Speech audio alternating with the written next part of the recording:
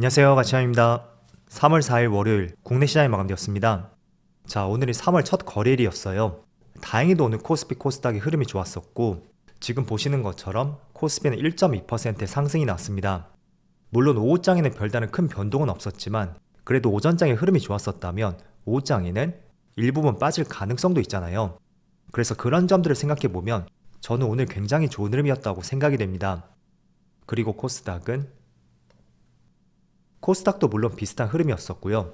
상승폭도 1.1%, 굉장히 비슷한 상승폭이었죠. 그리고 코스피 상위 종목들을 보면 오늘 가장 눈에 띄는 것은 반도체 관련주들. 그동안은 종목마다 조금은 차이가 있었잖아요. 하지만 오늘은 두 종목 모두 굉장히 강한 상승이 나왔었고, 그리고 포스코 그룹주도 오늘 흐름이 상당히 좋았습니다. 물론 저 PBR주도 마찬가지로 현대차하고 기아, 그리고 삼성물산하고 KB금융 모두 저 PBR 관련주죠.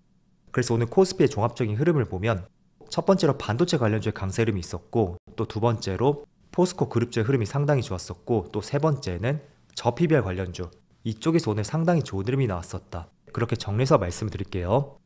추가적으로 코스닥은 최근에 급등이 나왔었던 엔캠이 오늘은 약세 흐름이 나왔었고, 또 반도체 관련주라든지 제약바이오 업종, 이쪽에서 오늘은 좋은 흐름이 나왔던 것 같습니다.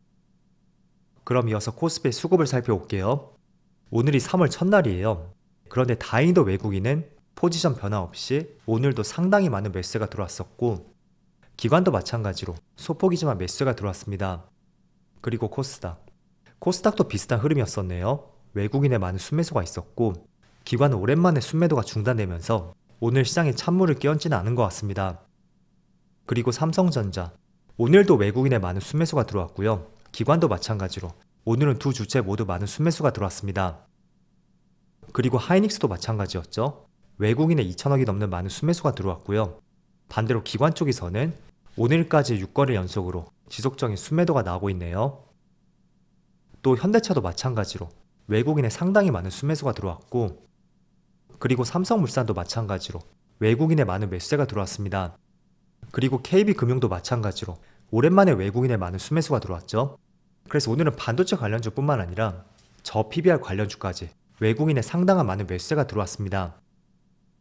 자, 그럼 이어서 주차별 매매 동향에 대해서 살펴보도록 하겠습니다. 3월 4일 외국인이 가장 많이 매수한 종목은 삼성전자, SK하이닉스, 현대차, KB금융, 삼성전자 우선주, 이렇게 상위 종목을 보시는 것처럼 반도체 관련주하고 또 저 PBR 관련주, 이쪽에 많은 매수세가 들어왔었죠. 그리고 기관은 포스코홀딩스, 삼성전자, 포스코퓨처엠, 신한지주, 현대모비스, 이렇게 순서대로 매수를 했습니다. 자, 이어서 해외 증시를 보겠습니다.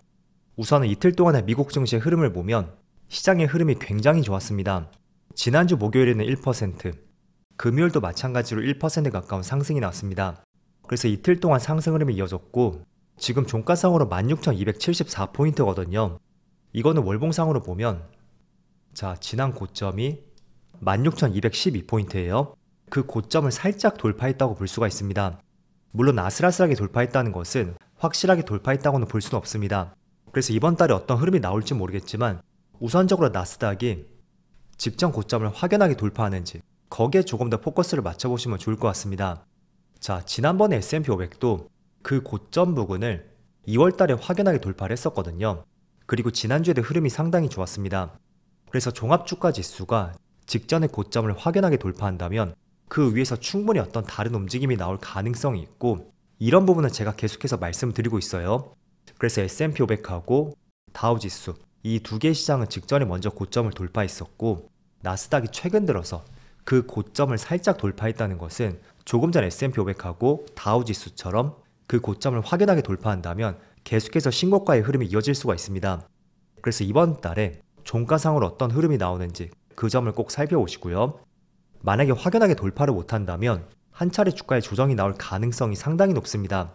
그래서 개인적으로 이번 달이 정말 중요하다고 생각이 됐고, 한번 흐름을 같이 살펴봅시다. 그리고 반도체 지수는, 자, 반도체도 마찬가지로 지난 12월에 종가상으로 고점을 돌파했고, 그렇지만 확연하게 돌파했던 것은 아니었어요. 하지만 이번 1월 무렵에 고점을 확연하게 돌파했었고, 그 추세가 지금 2달 연속으로 이렇게 계속 이어지는 것을 볼 수가 있습니다. 그래서 종합주가지수도 마찬가지고요. 개별 종목도 마찬가지예요. 때문에 신고가를 돌파하는 종목이라면 더 관심 있게 보시고, 단지 가격대가 높기 때문에 진입이 망설여진다라는 것은 조금은 아쉬운 선택이 될 수도 있다고 말씀을 드리겠습니다. 자, 그런 측면에서 최근에 비트코인도 2년 전에 고점을 돌파했잖아요. 그래서 그 고점 부근에서 계속 버텨주는 흐름이 이어진다면 저는 추가적으로 상승이 나올 가능성이 있다고 생각이 되고, 이런 시장의 흐름은 지수의 흐름이라든지 개별 종목, 그리고 많은 원자재 가격들 모두 다양하게 적용이 될 수가 있으니까 꼭 참조를 해보셨으면 좋겠습니다. 자, 그리고 일봉상으로 보면 어제 반도체 지수가 무려 4.2%의 급등이 나왔어요. 그래서 오늘도 국내 시장에 반도체 관련주의 강세 흐름이 나오고 있고, 그런 부분은 앞으로도 계속 이어질 가능성이 충분히 높겠죠. 그리고 추가적으로 일본 니케이가 장중에 4만 포인트를 돌파했고, 대만도 마찬가지로 오늘 1.8%의 급등이 나오고 있습니다. 그리고 중국 증시도 마찬가지로 소폭이지만 빨간불이 들어오고 있네요. 자, 그래서 코스피도 오늘 1% 이상의 상승이 나오고 있지만 최근에 2650포인트를 기점으로 해서 확연하게 돌파하는 흐름은 나오진 않고 있습니다. 그래서 코스피의 의미 있는 가격대는 저는 2650포인트에서 2700포인트 그 사이가 될 것이라고 생각이 되고, 지금 주봉상 차트거든요. 그리고 지금의 위치는 한번 매물대가 있었죠. 그리고 2번, 3번, 4번, 5번째예요. 물론 저점을 높여가고 있는 만큼 개인적으로 돌파 가능성이 조금 더 무게를 싣고 있습니다. 하지만 지금의 위치에서 돌파하지 않는다면 3월은 추가적으로 하반기가 되면서 조금은 눌릴 가능성도 생각을 해봐야 될 것 같아요. 그래서 코스피는 2650포인트에서 2700포인트 정도 여기를 확연하게 돌파할 수 있는지, 그런 부분을 꼭 중요하게 보시면 좋을 것 같습니다. 자, 그리고 지난주에 미국 증시에서는 많은 반도체 관련주의 급등이 있었고, 그 중에서도 PC 업체인 델까지 32%의 폭등이 나왔습니다. 그리고 사측에서는 이런 말을 했었거든요. AI 특수를 본격적으로 누리고 있다, 이런 발언을 하였습니다. 자, 결국에는 AI 반도체라는 것이 처음에는 엔비디아를 중심으로 강한 상승이 나왔잖아요. 그리고 국내 증시에서도 엔비디아와 직접적인 연관성이 있었던 많은 반도체 기업들, 대표적으로 SK 하이닉스라든지 또 하이닉스의 강세가 나온다면 장비 기업들까지 이쪽에 계속해서 훈풍이 불었습니다. 자, 그런데 이번에는 PC 기업에서도 굉장히 좋은 실적이 나왔었고 또 주가의 급등이 나왔다는 거예요. 그래서 드리고 싶은 말씀은 이 AI라는 것이 점점 키워드가 확장성을 갖고 있다고 생각이 되고요. 그런 점도 여러분들이 생각을 해보시는 것을 권장해 드리겠습니다. 자, 가령 이런 거죠. 정말로 이렇게 반응이 나올지 모르겠지만 지금은 반도체 관련주에 강한 상승이 나왔다면 지난주에 급등이 나왔었던 PC기업, 델의 사례를 봤을 때는 AI가 가전 쪽으로 접목이 되면서 많은 가전기업들의 상승이 나올 가능성도 있습니다. 그리고 이게 자동차 쪽에 접목이 된다면 단순히 자동차 기업에 머무르지 않을 가능성이 높잖아요. 따라서 지금의 핵심 키워드는 AI라고 생각이 되고, 혹시나 이 핵심 키워드에 벗어난 기업이라면 한 번쯤의 투자의 방향성을 다시 한번 세워보는 것을 권장해 드리겠습니다. 자, 그래서 오늘 하이닉스도 장중에 다시 한번 역사상 신고가를 경신했었죠. 하지만 조금 밀리고 있지만 제가 조금 더 주목하는 종목이 있다면 지금부터는 삼성전자에 대해서 조금 더 관심을 가져보는 것을 권장해 드리겠습니다. 그동안 하이닉스는 많은 상승이 나왔지만 삼성전자는 2달 정도 이 박스권을 절대적으로 벗어나지 못했습니다. 하지만 지금의 추세를 봤을 때는 오늘 갭상승으로 출발했고 또 여기 21선하고 61선까지 많은 이평선을 돌파했단 말이에요. 그래서 이번 달에는 어쩌면 직전 고점을 향해 나아갈 가능성도 있고, 또 제가 이 당시 한번 말씀드렸을 거예요. 1월 19일이었죠. 그때 4% 급등이 났었고 여기서 바로 이렇게 V자 반등이 나오지 않을 가능성이 높지만 다른 한편으로는 조금 더 기어가는 흐름을 갖고 그때 반등이 나올 가능성이 높다고 말씀을 드렸습니다. 그래서 직전 저점을 이탈하지 않는다면 저는 충분히 이 구간에서는 물량을 모아가는 전략이 낫다고 생각이 되고, 그렇게 말씀을 드리는 것은 결국은 시장이 나아가는 방향성 때문이거든요. 자, 쉽게 설명을 드린다면 우리가 장마철이 됐어요. 그런데 장마철이라고 모두 비가 오는 것은 아니죠. 한 번쯤은 정말로 맑을 때가 있습니다. 그렇지만 지금 날씨가 가리키는 방향성 자체는 언제든지 비가 올 수 있다, 그거를 가리키고 있단 말이에요. 때문에 아무리 날씨가 맑다고 해도 장마철에는 우산을 챙기는 것이 필수적인 선택이라고 할 수가 있습니다. 자, 그래서 그런 관점에서 지금 시장이 나아가는 방향성 자체가 절대적으로 AI란 말이에요. 그래서 그 AI를 바탕으로 해서 이번에 수출 데이터도 굉장히 잘 나왔습니다. 2월 수출은 4.8%가 증가했지만 반도체 수출 증가량은 무려 67%나 증가를 했거든요. 그게 2017년 이후로 7년 만에 최고 수준이었습니다.